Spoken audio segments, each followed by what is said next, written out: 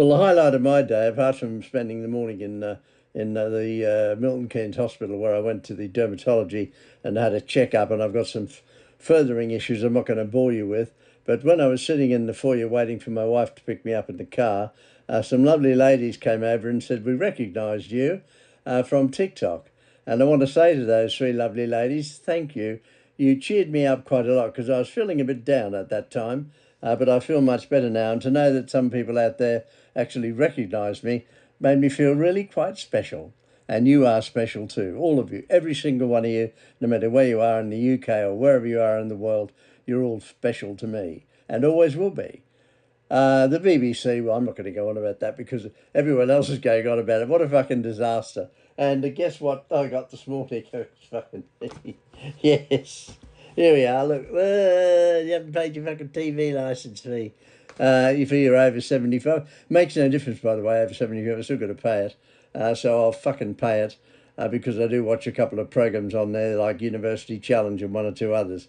But I object to it strongly. And now this joke, this fucking arrogance of the departing Director General, Tim Davie.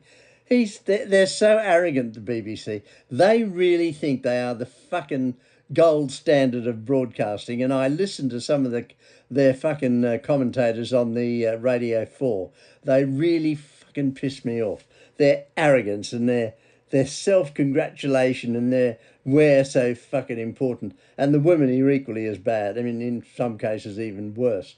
It is a shocking organisation. Time to have the fundamentals of that completely changed and take away their licensing and make them compete.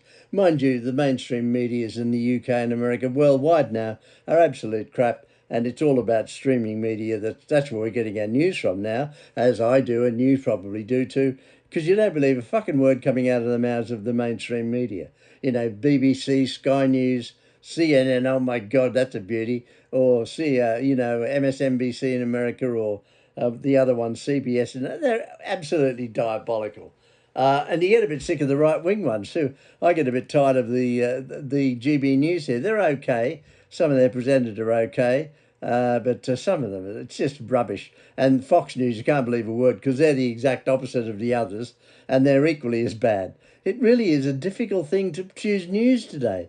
I mean, I like to follow the news and what's going on in Ukraine. You know, that terrible conflict, Slavo-Ukraini, by the way, ongoing over 3 years. Trying to get information that I can rely on now, you can't do it. And all this, these guys who are going, breaking news, bullshit. They don't know any more than you and I do. And you can't believe a word that's coming out of the mouths of any of these correspondents coming out of Ukraine or Russia in particular. You've got to be careful what you say, though, because you could have a knock on the door. Knock, knock, knock. Here's your sandwich, sir. Would you like it? Why is it glowing in the dark? But anyway, that's just a little aside.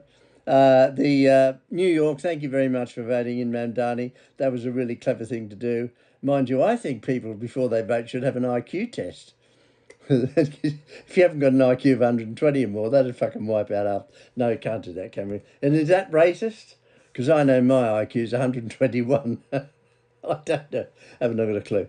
My heroine always has been, always will be, ever since the Queen died, is Princess Anne. She's out there in Australia doing the Remembrance Day services, looking stunning as always, and her Australian uniform she wore for the special celebration at the Cenotaph in Canberra.